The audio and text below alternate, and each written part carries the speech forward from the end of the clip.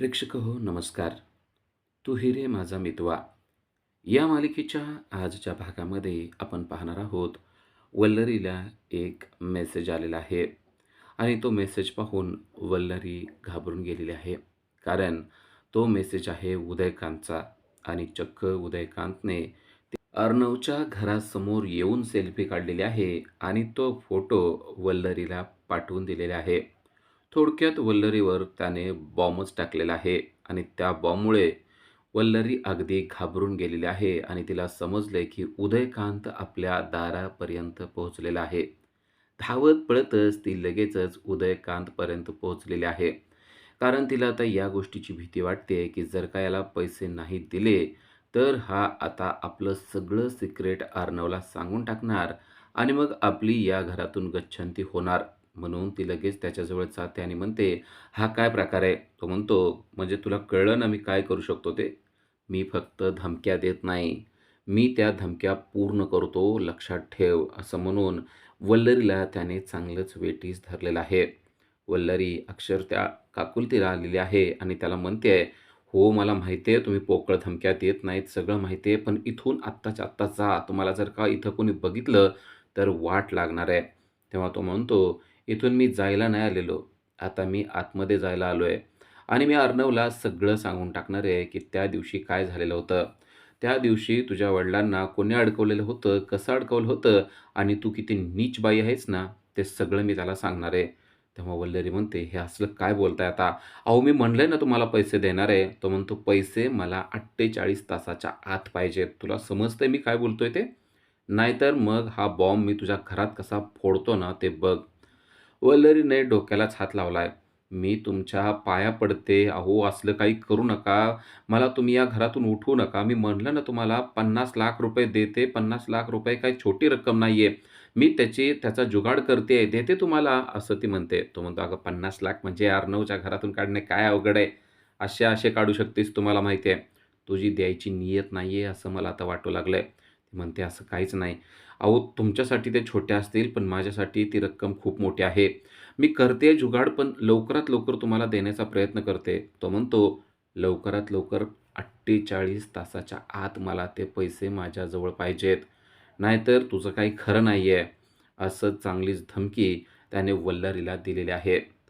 वल्लरी पुरती घाबरून गेलेली आहे. आता हा उदयकांत किती नीच आहे ते तिला माहिती आहे. उदयकांतने ती धमकी दिली आहे आणि तो निघून गेलेला आहे. वल्लरी स्वतःचं डोकं आपटत बसलेली आहे. इकडे ईश्वरी स्वयंपाक करत आहे आणि तिने बटाटं शिजवलेलं आहे. बटाटं बाहेर काढून ती म्हणते, की आज चटपटीत छान बटाटा बनवूया. अर्णव सरांना पण तो आवडेल असा विचार ती करत असते. आणि मग तो गरमागरम बटाटा तिने सोलण्यासाठी उचललेला असतो. तेवढ्यात तेथे अर्णव येतो. पाहतो तर ईश्वरी छानपैकी बटाटा करत आहे. पण ती बटाटा सोलत असताना तिच्या हाताला त्याचे चटके बसतायत, ही गोष्ट त्याच्या लक्षात येते. आणि तो स्वतःच ते बटाटा हातात घेतो. तेव्हा ईश्वरी म्हणते, "अहो तुमच्या हाताला चटके बसतील, कळत नाही का तुम्हाला? थांबा बरं, मी करते ना." अर्णव तिच्याकडे बघतच राहतो. पण आता अर्णवकडं एक युक्ती असते हे मात्र तिला माहिती नाही.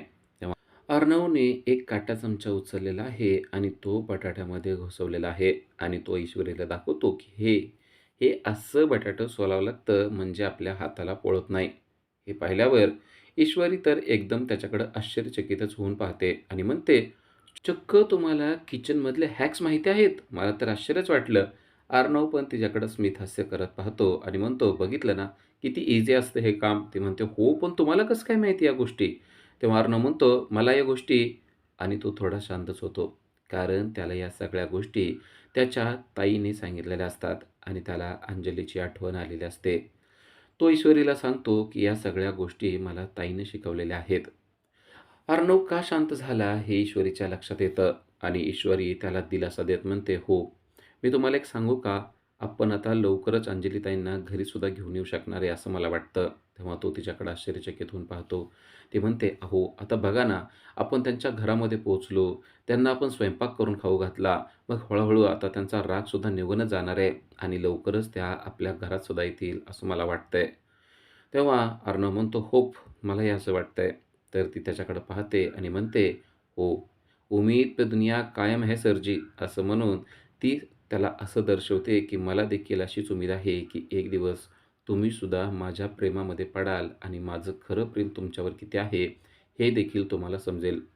अर्णव तिच्याकडं पाहत राहतो. त्याला कळतं, की ईश्वरी आपल्याला नक्की काय बोलत आहे, पण तो तिला काहीच न बोलता बटाटं सोलून देतो. इकडे आता वल्लरीला मात्र भलताच प्रश्न पडलेला आहे. आता त्या पैशांचं काय करायचं? आणि आता तिला आठवतं, की आपण शिर्केला फोन करूया. कारण शिर्केकडे आपण ते सगळे बिल्स आणि वाउचर दिले होते, की ज्यावर अंजलीच्या सह्या आत्तापर्यंत व्हायला पाहिजे होत्या. म्हणून तिने शिर्केला फोन लावलेला आहे आणि शिर्के म्हणतो, "हो, मी अजून ती बिलं दिलेली नाहीये. ती बिलं देतो आणि लवकरात लवकर ती बिलं तुमच्यापर्यंत पोहोचवतो." वल्लरी म्हणते, "इतका वेळ लावू नका. माझ्याकडे जास्त वेळ नाहीये. लवकरात लवकर हे काम झालं पाहिजे शिर्के." शिर्के म्हणतो, "हो, हो, समजतंय मला. पण मी त्यांच्याकडे गेलेलोच नव्हतो ना, त्यामुळं बिलं मी देऊ शकलो नाही आणि सह्या घेऊ शकलो नाही." तेव्हा ती म्हणते, "आजच्या आज जा आणि त्यावर सह्या पटकन घेऊनच या." तो म्हणतो, "ठीक आहे, मी आजच जातो." इकडे रिकामटेकडा राकेश रूममध्ये बसलेला आहे आणि अंजलीने त्याला भाजी आणायला सांगितलेलं आहे. तेव्हा त्याच्या पोटात दुखू लागलंय आणि तो नाटकं करून अंजलीला म्हणतोय, की "अगं नाही गं, अजिबात शक्य नाही. जागेवरून उठणं देखील मला अशक्य झालेलं आहे." बिचारी अंजली त्याच्या याच गोष्टीला फसते आणि म्हणते, "का हो? खरंच खूप त्रास होतोय का तुम्हाला?" तो म्हणतो, "हो ना. अगं, इथलं पाणी बहुतेक बाधलंय मला. कळतच नाहीये. आता कसा हालू मी तेच कळेना." असं तो बोलत असतो आणि अंजली त्याला म्हणते, की "ठीक आहे, जरा बसा, आराम करा." ह्या दोघांचं बोलणं चाललेलं असतं. तेवढ्यातच शिर्के तिथं आलेला असतो. आता शिर्के का आलाय असा प्रश्न राकेशला पडलेला असतो. शिर्केच्या हातामध्ये एक फाईल आहे आणि त्या फाईलमध्ये बिल्स आणि वाउचर असतात, असं शिर्केने अंजलीला सांगितलेलं असतं आणि सांगितलेलं असतं, की यावर तुमच्या सह्या पाहिजे आहेत. तेव्हा अंजली म्हणते, "आत्ता मी जरा कामात आहे. तुम्ही फाईल ठेवून जा. संध्याकाळपर्यंत मी सह्या करून देते." शिर्के म्हणतो, "अहो, जरा त्वरितच पाहिजे होत्या." तरी अंजली म्हणते, "नाही, आता मी कामात आहे. संध्याकाळपर्यंत मी तुम्हाला सह्या करून देते." असं म्हणून अंजलीने त्याच्याकडची ती फाईल घेतलेली असते. आता या फाईलमध्ये नक्की कसली बिलं आहेत बरं?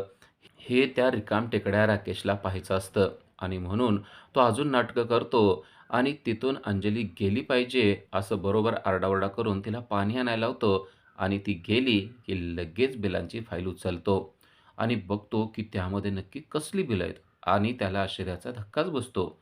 7,00,000, 13,00,000, 12,00,000. बापरे! ही सगळी बिलं तर वल्लरीची आहेत आणि एवढी बिलं? म्हणजे नक्कीच वल्लरी काहीतरी टेन्शनमध्ये आहे. पण यातला आपला खरीचा वाटा आपल्याला मिळालाच पाहिजे, असा नीच विचार नेहमीप्रमाणे त्याने केलेला आहे. चोरावर मोर बनत, आता आपण यातनं डल्ला मारायचा, आधीच खिशात काहीच नाहीये, जरा खिसा गरम करूया, असा विचार करून त्याने वल्लरीला फोन केलेला आहे.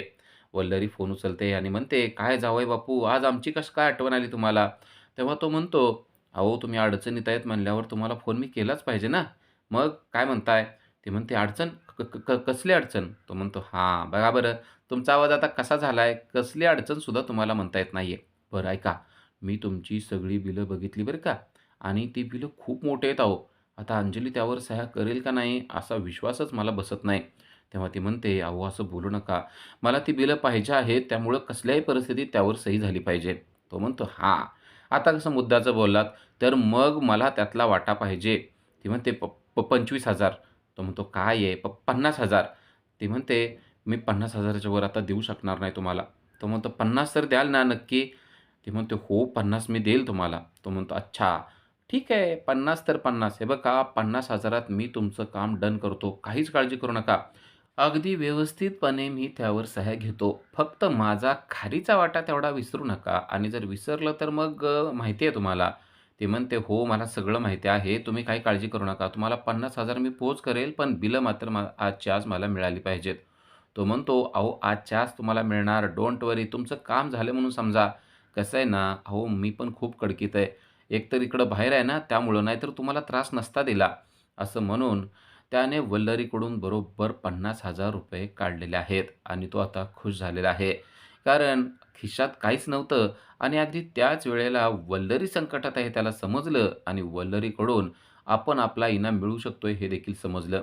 फोन ठेवून टाकल्यावर तिला कळतं, की हा माणूस किती नीच आहे. आपण अडचणीत आहेत म्हणून आपला गैरफायदा घेतोय. इकडे शिर्के आता अर्णव आणि ईश्वरीकडे आलेला असतो आणि त्याने त्या दोघांकडं एक नवीन सिम कार्ड दिलेलं आहे आणि सांगतो, की आता या सिम कार्डवरून तुम्ही फोन करून बघा. नक्की तो व्यक्ती फोन उचलेल. असं म्हणून शिर्के आता तेथून निघून गेलेला असतो. अर्णव आणि ईश्वरी यांनी त्या व्यक्तीला म्हणजे ज्या व्यक्तीकडं त्या न्यूजच्या डिटेल्स आहेत, की ज्यामध्ये अर्णवचे वडील आणि ईश्वरीची आई यांचा इन्व्हॉल्व होता आणि त्यांची बदनामी झाली होती, या बातमीचे डिटेल असणाऱ्या व्यक्तीला त्यांनी फोन केलेला आहे आणि चक्क त्या व्यक्तीने देखील यांचा फोन उचललेला आहे आणि आता यांना ती डिटेल मिळणार आहेत म्हणून ते खुश झालेले आहेत. फोन उचलल्या-उचलल्या अर्णव त्याला म्हणतो, की "किती पाहिजेत ते लगेच सांगायचं. 10, 15, 25, 50 लाख जितके पैसे पाहिजेत तेवढे मी द्यायला तयार आहे. फक्त आमच्याबरोबर मीटिंग डन झाली पाहिजे." तो व्यक्ती म्हणतो, "पण तुम्ही कोण बोलताय ते सांगा तरी." तेव्हा अर्णव म्हणतो, "मी राजे शिर्के बोलतोय आणि मला माझ्या वडिलांवर जे आरोप केलेले होते त्या बाबतची न्यूज पाहिजे आहे." तो हे ऐकल्यावर तो व्यक्ती घाबरतो. आता ईश्वरी स्वतः फोन हातात घेते आणि त्या व्यक्तीला बोलू लागते, "ज्या महिलेला तुम्ही अडकवलेलं होतं ना, त्या महिलेची मी मुलगी बोलतेय. त्या काही वर्षांपूर्वी तुम्ही त्यांच्याबाबतची न्यूज बनवली होती आणि अर्णव शिर्के यांचे वडील त्या दिवशी नशेत होते अशी तुम्ही बातमी बनवली होती. पण ते कसलीच नशा करत नाहीत हे आम्हाला माहिती आहे आणि त्या दोघांचा काहीच दोष नाही हे देखील आम्हाला माहिती आहे. ते त्यांच्या जवळ गेले तेव्हा ते नशेत होते आणि माझ्या आईच्या अंगावर पडले आणि लगेच डायरेक्ट रिपोर्टर आले. या गोष्टी कशा झाल्या? नक्की कुणी मॅनेज केलं? याचं सगळं डिटेल आम्हाला पाहिजे आणि जर का ते डिटेल तुम्ही आम्हाला दिलं, तर आम्ही तुम्हाला मुमांगी रक्कम देणार आहोत, एवढं लक्षात ठेवा." असं आता तिने सांगितलेलं असतं. पण इकडं हा माणूस पुरता घाबरून गेलेला आहे. कारण यांना तर या न्यूजमधलं बऱ्यापैकी सगळंच माहिती आहे. फक्त त्या व्यक्तीचं नाव माहिती नाहीये, ही गोष्ट त्याला समजलेली असते. आणि आता त्या व्यक्तीच्या नावाच्या बदल्यात आपल्याला मोठी रक्कम मिळणार आहे, हे देखील त्याच्या लक्षात आलेलं असतं. ईश्वरीनं त्याला सांगितलेलं आहे, की "तुला पाहिजे तेवढे पैसे आम्ही द्यायला तयार आहेत. पण नक्की आम्हाला त्या व्यक्तीचं नाव सांग. कारण मला माहिती आहे, की अर्णवचे वडील आणि माझी आई हे निर्दोष आहेत. पण तुमच्या त्या बातमीमुळे ते दोघेही निर्दोष नाहीत असं दिसतंय. पण आता तुम्ही ती बातमी आणि त्या बातमीच्या पाठीमागे असलेला व्यक्ती हे सगळं आम्हाला व्यवस्थितपणे सांगायचं आहे." असा दमच थोडक्यात ईश्वरीनं त्याला दिलेला आहे आणि त्या बदल्यात त्याला खूप मोठी रक्कम पण मिळणार आहे, असं देखील सांगितलेलं आहे. त्या व्यक्तीने थोडा वेळ मागितला आहे आणि फोन कट केलेला आहे. तो शांत बसून या गोष्टीवर विचार करत आहे. कारण आपल्यापर्यंत आता हे दोघं पोहोचलेत या गोष्टीची भीती देखील त्याला वाटत आहे. इकडे आता राकेशने ठरवल्याप्रमाणे आता त्याला अंजलीच्या त्या वाउचरवर आणि त्या बिलांवर सह्या घ्यायच्या आहेत. पण काही जरी झालं तर अंजलीने ते बिले वाचलीच नाहीत पाहिजेत, हे देखील त्याला सांभाळायचं आहे. आणि त्यामुळं तो आता अंजलीच्या समोरच बसलेला आहे आणि अंजलीची खोटी-खोटी तारीफ करायला त्याने सुरुवात केलेली आहे. हातामध्ये पेन घेऊन अंजलीच्या गालावरून हळुवारपणे फिरवत तो तिला म्हणतोय, की "अंजली, अगं आज काय सुंदर दिसायला लागलीस तू. मला तर असं वाटतंय ह्या प्रेग्नन्सीचा ग्लो आहे ना तुझ्या चेहऱ्यावर आलेला आहे." तेव्हा ती म्हणते, "आज काय झालंय तुम्हाला?" तो म्हणतो, "काय झालंय? अगं तुझं सौंदर्य बघून पुन्हा एकदा मी तुझ्या प्रेमात पडलोय असं मला वाटू लागलेलं आहे." ती म्हणते, "होय का? पण माझ्या मागं काम आहे तुम्हाला दिसतंय ना. मला सह्या करू द्या बरं. थांबा." असं म्हणून ती त्याला सह्या करू द्या असं म्हणून बिल वाचायला लागलेले असते. तर तो म्हणतो, "नाही. आज ना तू माझ्या चेहऱ्याकडे बघत-बघतच सह्या कर." ती म्हणते, "अहो असं कसं होणार आहे?" तो म्हणतो, "मला नाही माहिती कसं होणार आहे. पण मला ना तुझ्या चेहऱ्याकडे बघतच बसायचंय. माझ्यासाठी एवढं करू शकत नाहीस का?" अंजली म्हणते, "काही काय असतं हो तुमचं? आता मी कशा सह्या करणार आहेत? बिलं तर बघितली पाहिजेत ना?" तो म्हणतो, "हो. आणि माझ्याकडे बघणं गरजेचं नाहीये का?" ती म्हणते, "असं नाही." पण असं म्हणल्यावर तो तिच्या चेहरा वर धरतो आणि तिला म्हणतो, की "तू खाली सह्या करत राहा आणि माझ्याकडे नुसती एकटक बघत राहा. मला असं वाटतंय, की तू माझ्याकडे बघत राहावं आणि मी देखील तुझ्याकडे बघत राहावं." अंजली या सगळ्या खोट्या स्तुतीला अगदी पागळून गेलेली आहे. तिला कळत नाहीये, की हा नीच माणूस कोणत्या गोष्टीसाठी आपली स्तुती, आपली तारीफ करत आहे. आणि अंजली त्याच्याकडं बघत-बघत प्रत्येक बिलावर सही करू लागलेली आहे. तिला वाटतंय, की खरोखरच हा आपल्या प्रेमात पुन्हा एकदा पडलेला आहे आणि आपल्या चेहऱ्याकडं त्याला पाहत बसू वाटतंय आणि त्याने बरोबर त्याचा डाव साध्य केलेला आहे. अंजली त्याच्याकडं बघतेय आणि बरोबर अंजली खाली अगदी काहीच न बघता सह्या देखील करत आहे. तिने भर एक-एक बिल काढून त्यावर सह्या करायला सुरुवात केलेली आहे आणि या नीच माणसाने तिची स्तुती करून बरोबर तिच्या त्या भोळेपणाचा फायदा उचललेला आहे. तो पाहतो की आता सगळ्या बिलांवर सह्या झालेल्या असतात. तेव्हा म्हणतो की "ठीक आहे, आता तुझं काम तुला करायचं असेल तर कर. मी जातो बाबा." असं म्हणून तो उठलेला असतो. कारण त्याचं काम पूर्ण झालेलं असतं आणि लगेच त्याने जाऊन वल्लरीला फोन केलेला आहे आणि तो वल्लरीला सांगतो, "तुमचं काम अगदी ओके करून टाकलेलं आहे, पण माझा हिस्सा मला मिळायला पाहिजे." वल्लरी म्हणते, "काम झालं माझं?" "अहो जावई बापू, वाह, वाह, वाह! 100% तुम्हाला तुमचा वाटा मिळेल. काहीच काळजी करू नका," असं ती म्हणते. आणि इकडे अर्णव, ईश्वरी एकमेकाशी बोलत आहेत. आता फोन झालेला आहे आणि ईश्वरी अर्णवला सांगते, "मी तुम्हाला खात्रीने सांगू शकते, की त्या दिवशी माझ्या आईचा काहीच दोष नव्हता आणि तुमच्या वडिलांचा देखील काहीच दोष नव्हता. त्यांच्यावर हे सगळं संकट आणलेलं आहे, असा माझा ठाम विश्वास आहे." तेव्हा अर्णव तिच्याकडे पाहतो आणि म्हणतो, "ईश्वरी, मी एक सांगू तुला, आजपर्यंत माझा या गोष्टीवर विश्वास नव्हता. पण तुझा हा रेस्टलेसपणा पाहून मला असं वाटतंय, की नक्कीच तू जे बोलतेयस, तुझी आई जे बोलतेय ना, ते खरं आहे." चक्क अर्णवने ईश्वरीच्या त्या बोलण्यावर म्हणजेच ईश्वरीला जे काही आईविषयी वाटतंय त्या गोष्टीवर विश्वास दाखवलेला आहे. त्याला असं वाटतंय, की ईश्वरी आणि तिची आई खरं बोलत आहेत.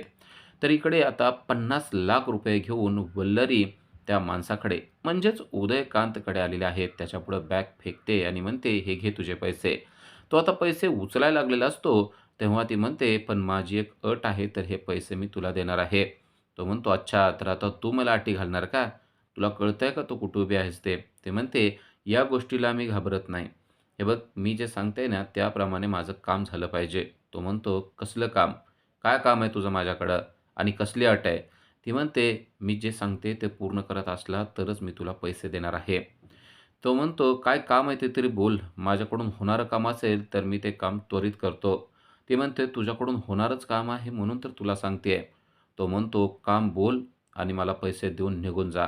तुझं काम होणार असेल तर मी तुझं काम पटकन करून टाकणार आहे. काही काळजी करू नको." इकडे अर्णव आता ईश्वरीला सांगतोय, की "नक्कीच मला तुझ्यावर खात्री आहे म्हणून मी हे सगळं बोलत आहे. पण आपल्याला आता त्या व्यक्तीकडून लवकरात लवकर माहिती मिळवणं गरजेचं आहे." अर्णवने आपल्यावर विश्वास दाखवलाय, या गोष्टीचा आनंद ईश्वरीला झालेला असतो. आजपर्यंत अर्णवला आई आणि आपण खरं बोलतोय असं वाटतच नव्हतं. पण आता अर्णव बदललेला आहे. अर्णवला आपण आणि आपली आई बोलतोय म्हणजेच आपली बाजू बरोबर आहे असं वाटू लागलेलं आहे. म्हणजे आईनं जे काही केलेलं आहे ते चुकीचं आहे. आईचं आणि त्याच्या वडिलांविषयीच्या ज्या बातम्या आहेत ते सगळं चुकीचं आहे, असं आता अर्णवला वाटू लागलेलं आहे. आणि आता फक्त ते आपल्याला सिद्ध करावं लागणार आहे, ही गोष्ट देखील ईश्वरीला समजलेली असते. आणि ईश्वरी म्हणते, "लवकरच या बातमीच्या मुळापर्यंत जाऊन जो व्यक्ती यामध्ये इन्व्हॉल्व आहे, त्याला तुमच्यापुढं मी हजर करणारच आहे." उद्याच्या भागामध्ये आपल्याला पाहायला मिळतं, की उदयकांत म्हणतोय, की "तुझं काम मी करतो." असं म्हणून त्याने एका व्यक्तीला फोन लावलेला आहे आणि तो सांगतोय, की "मी ज्या व्यक्तीचा फोटो पाठवतोय, त्या व्यक्तीला संपवायचं." कारण वल्लरीने त्याला सांगितलेलं आहे, की "ईश्वरीला माझ्या रस्त्यातून कायमचं काढून टाक, म्हणजे तिचा काटा काढून टाक. ती मेली पाहिजे आणि त्यासाठी मी तुला पैसे द्यायला तयार आहे," असं देखील सांगितलेलं असतं. तेव्हा त्याने एका व्यक्तीला फोन करून सांगितलेलं असतं, की "पैशाची काहीच काळजी करू नको, पण मी तुला जिचा फोटो पाठवतोय ना, ती आजच्या संपली पाहिजे," असं सांगितलेलं असतं. आणि आता त्याचे गुंड हे ईश्वरीवर हल्ला करायला जाणार आहेत. आणि लगेच आपल्याला पाहायला मिळतं, की ईश्वरी त्या गुंडांच्या मध्ये फसलेली आहे. ईश्वरी त्या गुंडांच्या मध्ये फसलेली असते, तेव्हा तिने मोबाईल काढलेला आहे आणि ती अर्णवला फोन करत असते. तिच्या चारी बाजूने ते गुंड असतात.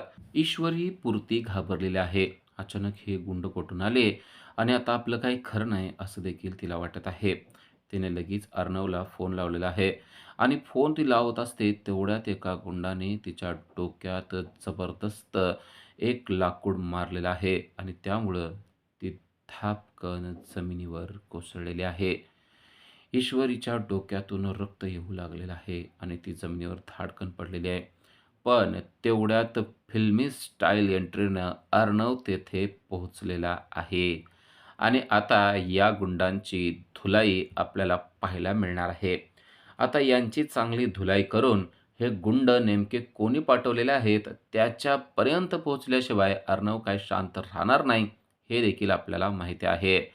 आता या गुंडांची चांगलीच धुलाई होणार आणि मग अर्णव हा उदयकांतपर्यंत पोहोचणार आणि उदयकांतने नक्की हे कोणाच्या सांगण्यावरून केलंय, हे देखील अर्णवला समजू शकतं आणि त्याचबरोबर या सगळ्या बातमीमध्ये उदयकांत देखील कसा इन्व्हॉल्व आहे, हे देखील कोडं कदाचित त्याला सुटू शकतं.